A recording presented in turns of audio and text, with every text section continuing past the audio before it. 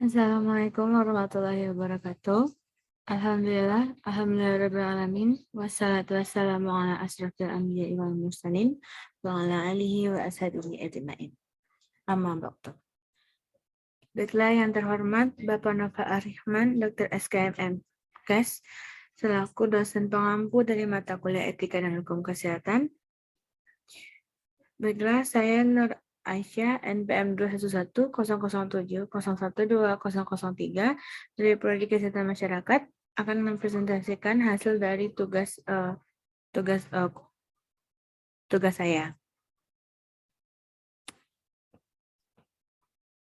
Baiklah, materi kali ini yaitu Kode Etik Profesi Kesehatan Masyarakat. Pembahasan yang pertama yaitu menjelaskan dan memberikan contoh yang dimaksud dengan Kode Etik Profesi Kesehatan Masyarakat. Nah, Kode Etik Kesehatan Masyarakat merupakan landasan moral dan pedoman tingkah laku profesional yang dijunjung tinggi, diamalkan, dan diamankan oleh setiap anggota profesi kesehatan masyarakat. Kode etik masyarakat wajib dipatuhi dan diamalkan oleh pengurus dan anggota organisasi tingkat nasional, provinsi, dan kabupaten atau kota. Nah, dalam hal ini, untuk menjunjung dan menegakkan sebuah kode etik kesehatan masyarakat, seorang kesehatan masyarakat perlu mengikuti pendidikan tentang kesehatan masyarakat agar mengerti dan paham akan kode etik itu sendiri. Apalagi jika seseorang yang sudah menjadi profesional, tentunya sudah mengetahui lebih mendalam tentang kode etik itu sendiri. Nah, untuk menegakkan kode etik ini, kesehatan masyarakat bisa dilakukan dengan memberikan sanksi berupa teguran, baik lisan maupun tulisan, mengucilkan pelanggar dari kelompok profesi, atau memberlakukan tindakan hukum dengan sanksi yang keras. Nah, contohnya yaitu seperti tanggung jawab seorang kesehatan masyarakat, yakni memberikan perhatian penuh terhadap masyarakat dalam rangka meningkatkan kesejahteraan masyarakat. Nah, misalnya seperti dengan mendengarkan secara seksama apa yang disampaikan oleh klien. Selain itu, konselor harus menjaga kerahasiaan klien, yang hal itu merupakan privasi dan sumber kepercayaan seorang klien. Nah, konselor membuktikan keahlian dalam komunikasi dengan memberikan informasi tentang kualifikasi. Misalnya, memberikan info tentang hasil yang dicapai dalam konseling.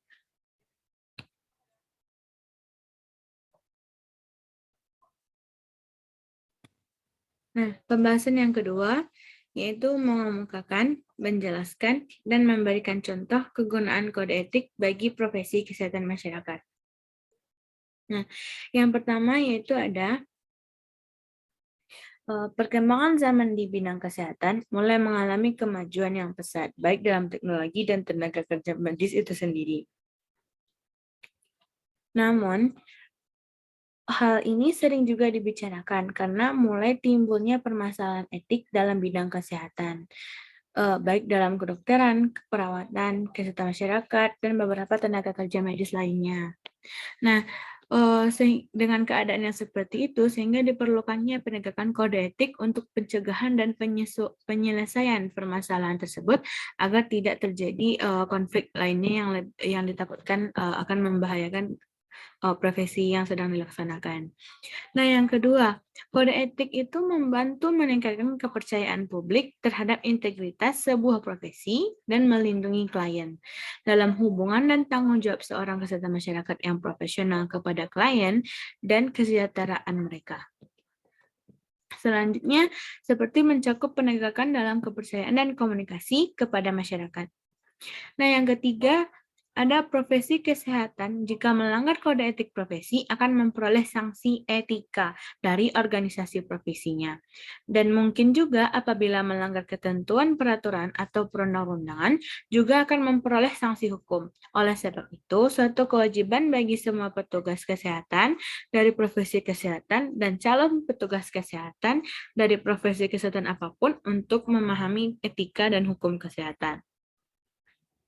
Nah, yang keempat yaitu sebagai kode etik profesi kesehatan masyarakat ini berfungsi sebagai sarana kontrol sosial bagi masyarakat umum untuk suatu profesi tertentu dan sebagai cara untuk mencegah intervensi dari pihak lain di luar organisasi mengenai hubungan pekerjaan.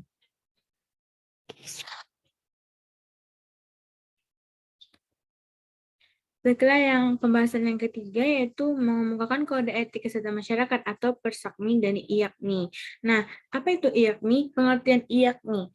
IAKMI adalah singkatan dari Ikatan Ahli Kesehatan Masyarakat Indonesia, atau dalam bahasa Inggris biasa juga disebut dengan The Indonesian Public Health Association atau IPHA.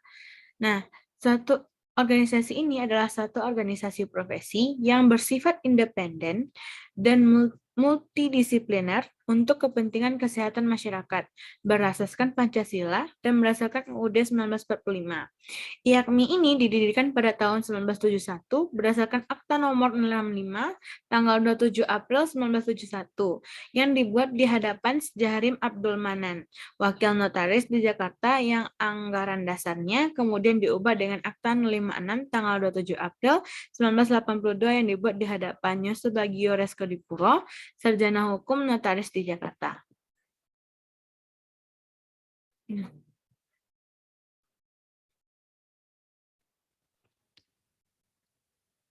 Selanjutnya itu ada kode etik profesi kesehatan masyarakat. Nah, kode etik profesi kesehatan masyarakat ini juga sering disebut dengan Persakmi. Nah, dalam kode etik ini terdapat beberapa bab dalam kode etik ini. Bab yang pertama yaitu berisi tentang kewajiban umum, bab kedua berisi tentang kewajiban terhadap masyarakat, bab ketiga berisi tentang kewajiban terhadap profesi kesehatan lain dan profesi di luar bidang kesehatan.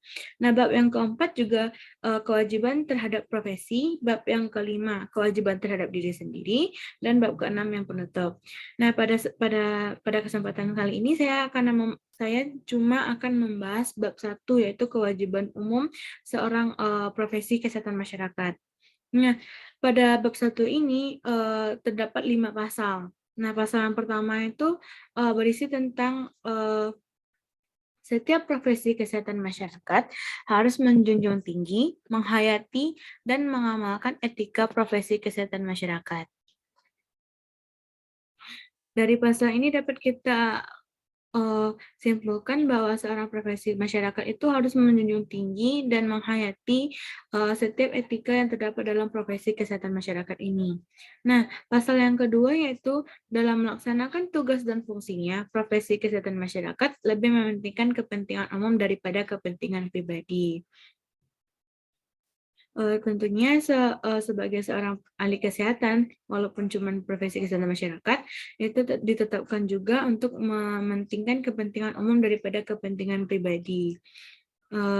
Pasal yang ketiga yaitu berisi tentang dalam melaksanakan tugas dalam fungsinya, hendaknya menggunakan prinsip efektivitas, efisiensi, dan mengutamakan penggunaan teknologi tepat guna. Seperti pada saat ini teknologi juga sudah berkembang pesat dan diharapkan pada profesi-profesi lainnya selain profesi kesehatan juga dapat menggunakan teknologi tersebut tepat guna dan teknologi tersebut agar dapat bermanfaat bagi sekelilingnya. Nah, pasal yang keempat yaitu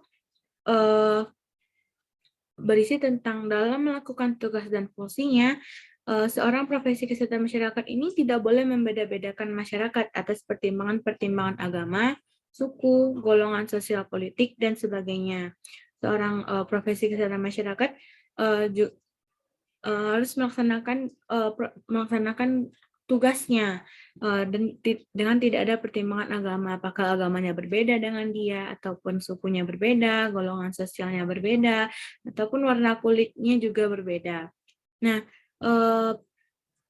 pasal yang terakhir pada bab 1 ini yaitu berisi tentang pasal 5, yaitu berisi tentang dalam melakukan fungsi dan tugasnya, seorang profesi kesehatan masyarakat hanya melaksanakan profesi atau keahliannya. Tidak boleh juga seorang profesi kesehatan masyarakat ini seperti melaksanakan profesi seorang dokter yang tidak sesuai dengan profesinya. Nah, baiklah, sekian hasil presentasi dari tugas saya.